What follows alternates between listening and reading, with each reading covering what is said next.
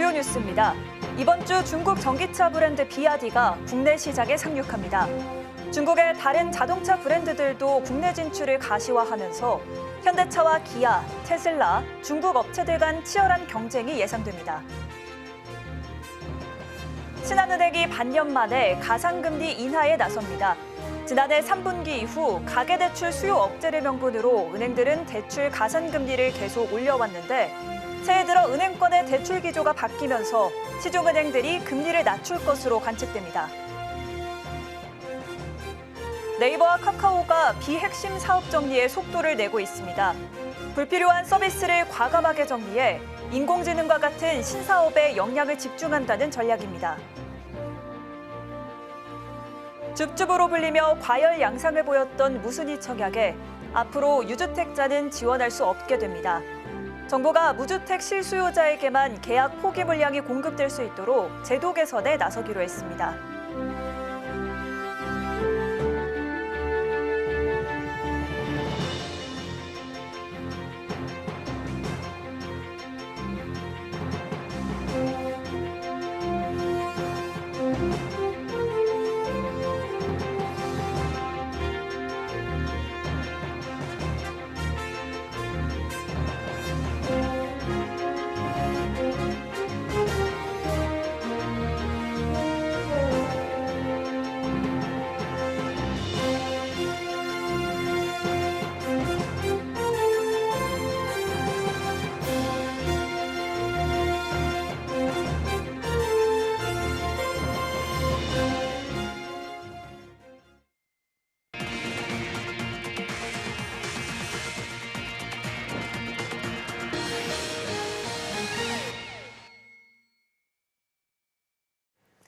여러분 안녕하십니까? 1월 13일 서울경제 뉴스5 시작합니다.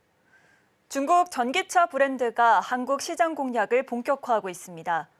이번 주 비아디가 국내 시장에 상륙하는 가운데 중국의 다른 자동차 브랜드들도 국내 진출을 가시화하고 있는데요. 전기차 시장에서 현대차와 기아, 테슬라, 중국 업체들까지 가세하며 치열한 경쟁이 예고되고 있습니다. 이해란 기자입니다. 오는 16일 중국 최대 전기차 업체 비아디가 중중형 전기 SUV 아토3를 앞세워 국내 시장에 진출합니다. 샤오펑과 지리자동차의 고급 브랜드 지커 등도 잇따라 국내 시장 진출을 타진하고 있습니다. 중국 업체들이 해외 진출을 모색하는 배경엔 내수 시장의 성장 둔화로 인한 공급 과잉 문제, 치열한 가격 경쟁으로 발생하는 수익성 악화 문제, 미국 및 유럽 시장의 높은 관세 부과가 대표적으로 꼽힙니다.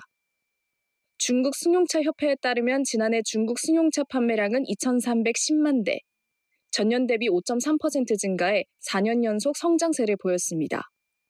이에 반해 판매 이익률은 2020년 6.2%에서 2024년 1월부터 11월까지 기준 4.4%로 떨어졌습니다. 수익성이 악화되고 있는 겁니다.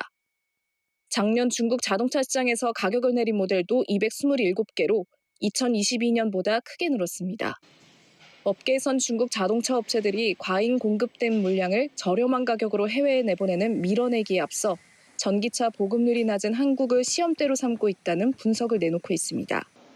전문가들은 중국 전기차 품질 우려가 여전한 만큼 영향력이 미미할 거란 관측과 가격 경쟁력을 앞세워 국내 기업에 위협이 될 거란 상반된 의견을 내놓고 있습니다. 무엇보다 중국의 기술과 품질을 뛰어넘는 차별화가 필요하다고 입을 모읍니다. 앞서 현대차 그룹이 퍼펙트 스톰을 극복하겠다며 공격적인 투자를 단행한 것도 이러한 외부 상황의 핵심 기술과 시장을 선점하기 위한 것이란 해석이 있습니다. 현재 SDV 같은 경우는 기술 개발을 많이 해야 되는 부분도 있고 자율주행차 같은 경우도 법적으로 여러 가지 제한사항이 있긴 하지만 굉장히 많은 부분에서 기술 투자라든지 연구 용역을 좀 많이 해야 되는 부분들이 있어서 중국이나 미국을 따라가려고 그러면 굉장히 많은 노력을 좀 해. 전문가들은 더 나아가 전기차를 넘어 SDV, 자율주행차 등의 분야에서도 경쟁이 치열해질 전망이라 대응이 시급하다는 의견을 내놓고 있습니다. 국내 전기차 시장에서 현대차와 기아, 테슬라를 비롯해 중국 업체들까지 전기차 점유율을 놓고 치열한 경쟁이 예상됩니다. 서울경제TV 이혜란입니다. 신한은행이 반년 만에 가상금리 인하에 나섭니다. 지난해 3분기 이후 가계대출 수요 억제를 명분으로 은행들은 대출 가산금리를 계속 올려왔었죠. 하지만 새해가 들어 은행권의 대출 기조가 바뀌면서 신한은행을 시작으로 주요 시중은행들이 금리를 낮출 것으로 보입니다. 고원희 기자의 보도입니다. 신한은행이 내일부터 가계대출 상품의 가산금리를 최대 0.3%포인트 낮춥니다. 상품별로는 주택구입 생활안정 자금용 주택담보대출의 가산금리를 각 0.1%포인트, 0.05%포인트 하향 조정하고 전세자금 대출 가산금리도 0.2에서 0.3%포인트 인하합니다.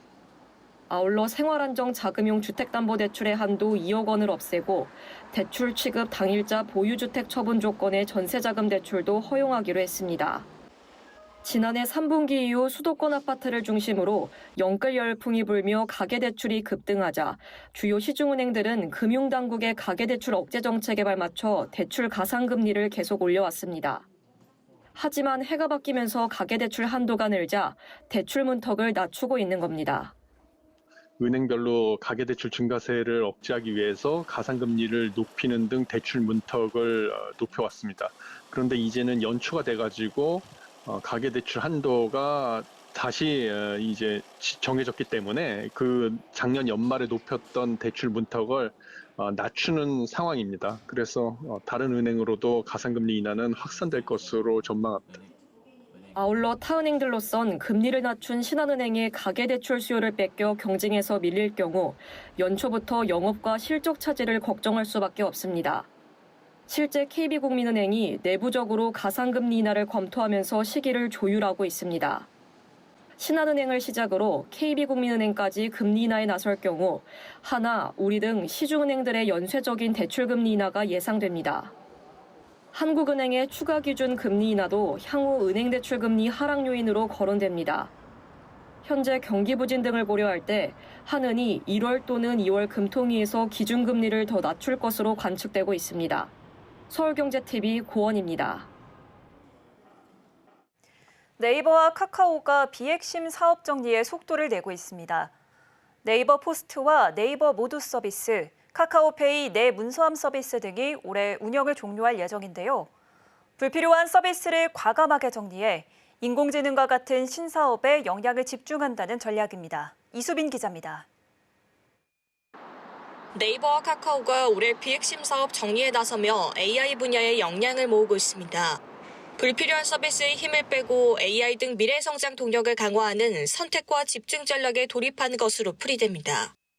네이버는 오는 4월 30일 전문 창작자를 위한 콘텐츠 플랫폼인 네이버 포스트 서비스를 종료한다고 밝혔습니다. 개인 사업자의 홈페이지 제작을 도와주는 네이버 모두 서비스도 올해 6월 26일 문을 닫기로 했습니다. 네이버는 지난해부터 일부 서비스를 과감하게 정리하는 모습을 보였습니다. 네이버랩 언어 변환교와 OTT 플랫폼 시리즈온 서비스는 지난해 6월과 12월 각각 종료됐습니다. 카카오와 카카오 계열사들도 일부 서비스 종료에 나서고 있습니다. 카카오는 오는 7월 31일부터 생성형 AI를 활용해 프로필 이미지를 생성해주는 칼로 AI 프로필 서비스를 출시 7개월 만에 종료한다고 밝혔습니다. 카카오가 준비 중인 새로운 AI 서비스 방향성에 맞춰 기존 서비스를 재정비하는 모습입니다. 카카오 계열사인 카카오 모빌리티는 이달 1일부터 카카오티 바이크 서비스 운영 지역 재편에 나섰습니다. 광주광역시와 전북 전주시 등 일부 지역에서 카카오티 바이크 서비스를 종료하고 대신 초과 수요가 있는 지역에 집중한다는 계획. 카카오페이 역시 이달 1일부터 전자문서 확인 서비스인 내문서함 서비스를 종료해 운영 효율화에 나서기로 했습니다. 두 기업이 이같이 일부 서비스를 정리하기 시작한 건 비핵심 사업에 들어가는 비용을 줄이고 AI 등 신사업 강화에 역량을 집중하려는 전략으로 분석됩니다. 카카오는 올해 대화형 AI 플랫폼 카나나 서비스를 출시해 AI 경쟁력 시험대에 오른 상황.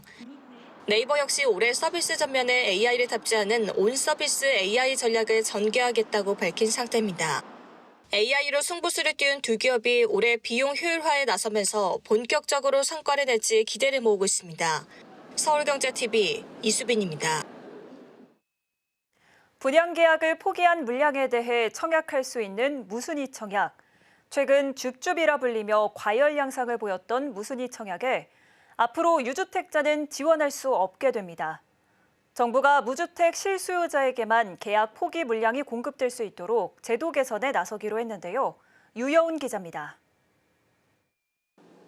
정부가 무순위 청약에서 유주택자를 배제하기로 했습니다. 2023년 2월 무순위 청약 자격 요건을 완화한 지 2년 만입니다. 무순위 청약은 청약에 당첨되고도 계약까지 가지 못한 물량을 주택수, 거주지, 청약 통장 여부 등과 상관없이 공급하는 제도입니다. 조건이 까다롭지 않다 보니 이른바 줍줍으로 불리기도 합니다. 본 청약에서 시간이 지난 뒤 이뤄져 일부 물량의 경우 시세 차익이 크게 낮아 과열 양상을 보이기도 했습니다. 실제 지난해 2월 서울 강남구 개포동 DH 퍼스트이어 아이파크의 무순위 청약에선 새 가구 모집에 101만 명 이상이 신청해 33만 7,818대 1의 평균 경쟁률을 보였습니다. 시세 차익이 수억 원에 이르는 것으로 알려지며 로또 청약으로 불리기도 했습니다. 국토교통부는 오늘 주요 현안 해법 회의에서 무순위 청약의 기준을 주택 소유 여부뿐만 아니라 거주지 등의 기준도 살펴본다는 계획을 밝혔습니다. 전국 19세 이상이면 무순위 청약을 할 수 있었던 기준을 무주택자면서 서울이나 수도권과 같이 지역을 제한해 청약할 수 있도록 한다는 겁니다.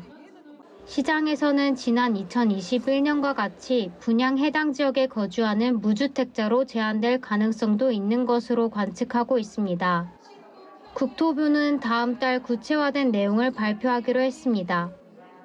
업계에선 정부의 이번 개편안으로 시세 차익을 노리는 로또 청약, 자금이 부족하더라도 청약이라면 일단 넣고 보는 묻지마 청약 등의 부작용이 사라질 것으로 기대하고 있습니다.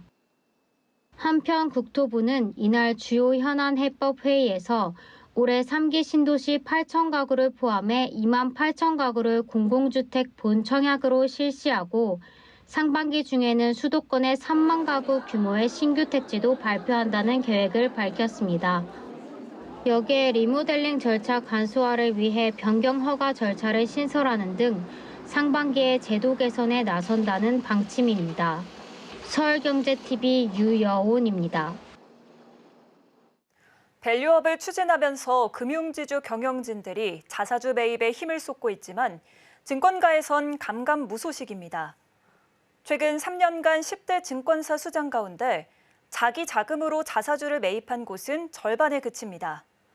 책임 경영을 해야 할 수장들마저 자기 회사 주식을 외면하고 있어 주가 부양 의지에 의구심을 갖게 하고 있습니다. 김보연 기자입니다. 10대 증권사 수장들의 최근 3년간 자사주 매입 수익률을 정리해봤습니다. 평가이익이 플러스인 곳은 4곳뿐입니다. 다만 한국투자금융지주의 경우 김남구 대표이사의 특별 대리인인 장남 김동윤 대리의 보유분으로 각각의 매입 단가를 공시하지 않아 투자 수익률을 계산하긴 힘든 상황입니다. 이외 김종민 메리츠증권 각자 대표가 선임 이후 지난해 8월 23주까지 꾸준히 장내에서 사모은 결과 평균 매입 단가는 72,064원으로 지난 10일 종가 기준으로 보면 투자 수익률이 45%에 달합니다. 뒤를 잇는 건 미래에셋증권입니다. 김미선 미래에셋증권 대표이사 부회장은 자사주 총 3만 주를 사들였는데 지난 10일 종가 기준 투자 수익률은 16.05%입니다. 허선호 부회장도 비슷한 시기 2만 주를 사들였는데 같은 날 종가 기준으로 16.51%의 투자 수익률을 기록했습니다. 강성묵 하나증권 대표이사의 경우 지난해 12월 24일 장내에서 1,200주의 자사주를 주당 58,600원에 사들였는데 지난 10일 종가와 같은 가격이라 평가이익과 투자 수익률은 없는 셈입니다. 키움증권은 마이너스 수익률을 기록했습니다. 엄주성 대표이사는 지난해 4월 장중 1,000주를 주당 12만 5,284원에 매수했지만 지난 10일 종가 기준 마이너스 3.18%의 투자 수익률을 기록하고 있습니다. 수익률이 좋지 않습니다. 이에 박종문 삼성증권 대표, 김성현 이홍구 KB증권 각자 대표, 윤병훈 NH투자증권 대표, 이선훈 신한투자증권 사장, 오익근 대신증권 대표는 최근 3년간 자사주를 자기 자금으로 매입한 실적이 전무한 상황입니다. 경영진의 자사주 매입은 주주가치 제고와 본인들의 경영 성과에 책임을 지는 의지를 보여줍니다. 지지부진한 주가 속에서 투자자들이 믿고 투자할 수 있도록 경영진의 솔선수범하는 행보기도 합니다. 통상 책임 경영의 표명이라 불리는 자사주 매입이 전무하다고 할 수 있는 증권가 경영진들의 행태에서 외부적으로도 회사의 성장 가능성에 대한 기대감이 낮은 것이 아니냐는 우려가 나오고 있습니다. 서울경제TV 김보연입니다.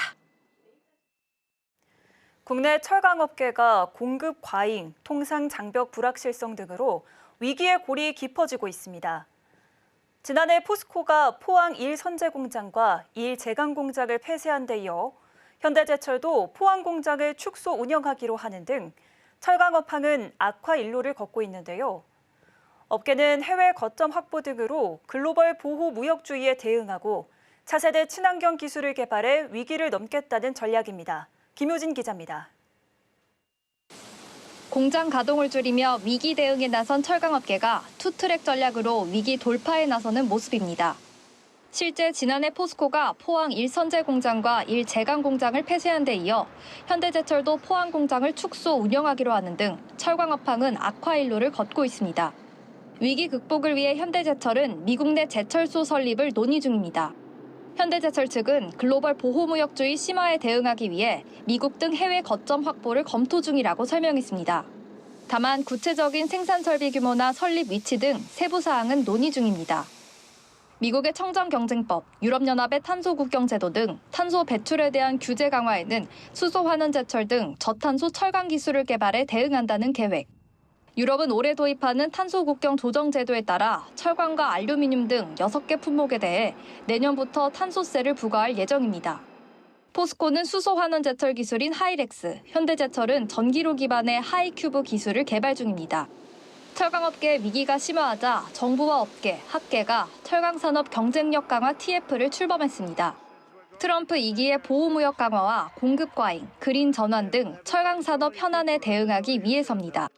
산업통상자원부는 올해 상반기 중 철강산업 경쟁력 강화 방안을 발표해 철강업계 위기 돌파에 힘을 보탠다는 계획. 경쟁력 강화 방안에는 탄소 중립 전환, 글로벌 공급 과잉 등과 관련한 업계의 다양한 요구사항이 반영될 전망입니다. 서울경제TV 김효진입니다. 국내 면세업계가 점포를 폐업하거나 매출 의존도가 높았던 중국인 보따리 상과의 거래를 중단하는 등 잇따라 사업을 축소하고 있습니다. 물건을 팔면 팔수록 손실을 떠하는 출혈 경쟁을 포기하고 생존을 위한 극약 처방에 나선 건데요. 이혜연 기자입니다. 면세업계가 점포를 철수하거나 거래를 중단하는 등 사업 축소에 나섰습니다. 과거 면세점이 황금알을 낳는 거위였다면 이제는 단체 관광객 감소, 고환율 등의 여파로 만년 적자에 시달리는 한계에 직면했기 때문입니다. 롯데, 신라, 신세계, 현대 등 면세업계 주요 4사의 지난해 3분기 누적 영업손실 합세액은 1,355억 원. 4분기까지 포함한 연간 영업손실액이 2천억 원 안팎에 이를 것으로 관측되는 만큼 지난해 면세업계에서는 코로나19 이상의 최악의 한 해로 기록될 전망입니다. 롯데면세점은 매출 의존도가 컸던 다이공과의 거래를 이달부터 업계 최초로 전면 중단합니다. 지난해 기준 롯데면세점의 연매출에서 다이공이 차지하는 비중은 대략 50% 수준이지만 매출을 포기하고서라도 수익성을 되살리겠다는 의지로 분석됩니다. 중국인 단체 관광객의 발길이 끊긴 이후 국내 면세점들은 재고 처리를 위해 다이공에게 상품 정상가의 40에서 50%를 수수료 명목으로 환급해줬습니다. 지난 2023년 1월부터 수수료를 점진적으로 인하했지만 수익 마지노선인 20%보다 여전히 높은 상황이라 물건을 팔면 팔수록 손실을 떠안는 출혈 경쟁이 있어온 겁니다. 부산 센텀시티몰에 위치한 신세계면세점 부산점은 오는 24일 폐점합니다. 신세계면세점 부산점은 오는 2026년까지 영업을 할 수 있도록 특허권을 받았지만 고객 감소에 따른 입점 브랜드 축소 등 악순환이 반복되면서 결국 매장을 철수하게 됐습니다. 지난 2023년 면세 특허권 입찰을 통해 인천국제공항 신규 면세 사업자로 선정된 호텔신라, 신세계 DF, 현대면세점 등도 사정이 좋지 않습니다. 지난해 11월부터 인천공항 제2여객터미널 운영이 재개됐는데 객당 임대료제가 새로 도입돼 각 사업자가 내야 할 임대료는 감당하기 힘든 수준이라는 게 업계의 목소리입니다. 다수의 면세점들이 폐점, 거래 중단 등 사업 축소 방안을 적극적으로 검토하며 수익성 강화에 초점을 맞추면서 면세점 업계가 어떻게 재편될지 주목됩니다. 서울경제TV 이혜연입니다. 경남 창원시가 인구 100만 명 선이 무너지면서 특례시 지위가 위태한 상황에 놓였습니다. 창원시는 양질의 청년 일자리 창출과 산업구조 고도화 등 인구 유출 방지를 위한 다양한 유인책을 제시했는데요. 보도에 이은상 기자입니다. 경남 창원시의 현재 인구는 99만 9,800여 명. 인구 100만 명 이상 도시에 주어지는 특례시 지위가 위태한 상황에 놓였습니다. 청년 인구 유출 증가가 인구 감소 문제의 주된 원인으로 지목됩니다.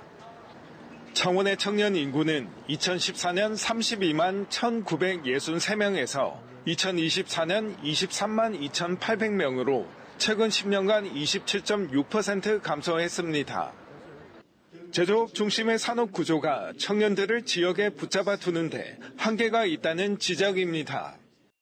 특히 이 제조업 중심이다 보니까 청년들이 좋아하는 그런 일자리는 아닙니다. 그래서 서비스라든지, 그러니까 특히 이제 4차 산업혁명에 관계되는 소프트웨어라든지 이런 데 저희들이 좀 진흥을 좀 많이 하려고 합니다. 또 창원시는 청년 인구 유출 방지를 위해 산학 연계를 활용한 양질의 일자리 창출과 청년 주택 공급 등을 추진한다는 계획입니다. 제조업 중심의 기존 구조에서 벗어나 4차 산업혁명 시대에 걸맞은 융복합 산업 육성과 맞춤형 인재 양성도 주요 과제로 꼽힙니다. 창원시는 노후된 기존 산단을 스마트 산단으로 탈바꿈하고 제2국가 산단을 설립해 원천과 방산 등 주력 산업을 특성화하는 전략도 추진합니다. 방산이라든지 원자력이라든지 뭐 이런 쪽에 수출이 잘 됨으로써 거부가 되고 있는데 우리 창원이 지속 가능하려고 그러면 이 산업을 살려야 됩니다. 창원시가 다양한 유인책 추진을 통해 인구 소멸 문제를 극복할 수 있을지 관심이 쏠리고 있습니다. 서울경제TV 영남 이은상입니다. 신학기 신임 수협은행장이 새로운 미래를 여는 금융 파트너라는 올해 비전을 선포했습니다. 신행장은 이날 오전 서울 송파구 본사에서 열린 2025 비전 선포식에서 개회사를 통해 오늘부터 변화와 성장을 위한 큰 걸음을 시작한다며 부족한 점은 개선해 차별화하고 강점은 더욱 발전시켜 경쟁력을 강화하겠다고 강조했습니다. 은행업을 넘어 전방위 금융 서비스를 제공하는 금융사로 도약해 고객과 함께 성장하며 믿을 수 있는 금융 파트너가 되겠다는 포부입니다. 금융지주사 전환은 수협은행의 수건 과제로 꼽힙니다. 신행장은 앞서 신년사를 통해서도 지속 가능한 성장 기반을 마련하기 위해 비은행 금융사 인수 계획을 밝힌 바 있습니다. 수협은행은 내실 경영과 가치 경영, 미래 경영, 차별 경영, 신뢰 경영이라는 5가지 핵심 경영 과제에 중점을 두고 3천억 원대 이상의 안정적인 손익을 달성하겠다는 목표도 내놨습니다. HD 현대로보틱스 등 국내 산업용 로봇 업체 5개사가 지난 10일 일본과 중국 업체가 생산한 4축 이상 수직 다관절형 산업용 로봇에 대한 반덤핑 제소 신청서를 산업통상자원부 무역위원회에 제출했습니다. 이들 업체는 일본과 중국 업체들이 자국 유통 가격보다 낮은 가격으로 로봇을 한국으로 수출해 피해를 보고 있다고 주장했습니다. 중국산 산업용 로봇 한 대 가격은 국내산 로봇 가격의 60% 수준에 그친다는 것입니다. 또 지속적인 저가 덤핑 수입에 따른 국내 산업용 로봇 산업의 위기를 해소하고 공정한 경쟁 환경을 조성하기 위한 반덤핑 제소에 나섰다고 설명했습니다. 이번 반덤핑 제소에 참여한 HD 현대로보틱스는 자국 내수 시장이 장기 불황을 겪으면서 재고 부담이 커진 중국 업체들이 한국 시장으로 염가 밀어내기 판매를 하는 것으로 보인다고 설명했습니다. 한편 무역위원회는 반덤핑 조사 신청 접수 후 2개월 내 조사 개시 여부를 결정해야 합니다. 조사가 개시되면 최종 반덤핑 관세가 부과되기까지 길게는 10개월가량 걸릴 전망입니다. 서울경제 뉴스5 저희가 준비한 소식은 여기까지입니다. 시청해주신 여러분 고맙습니다.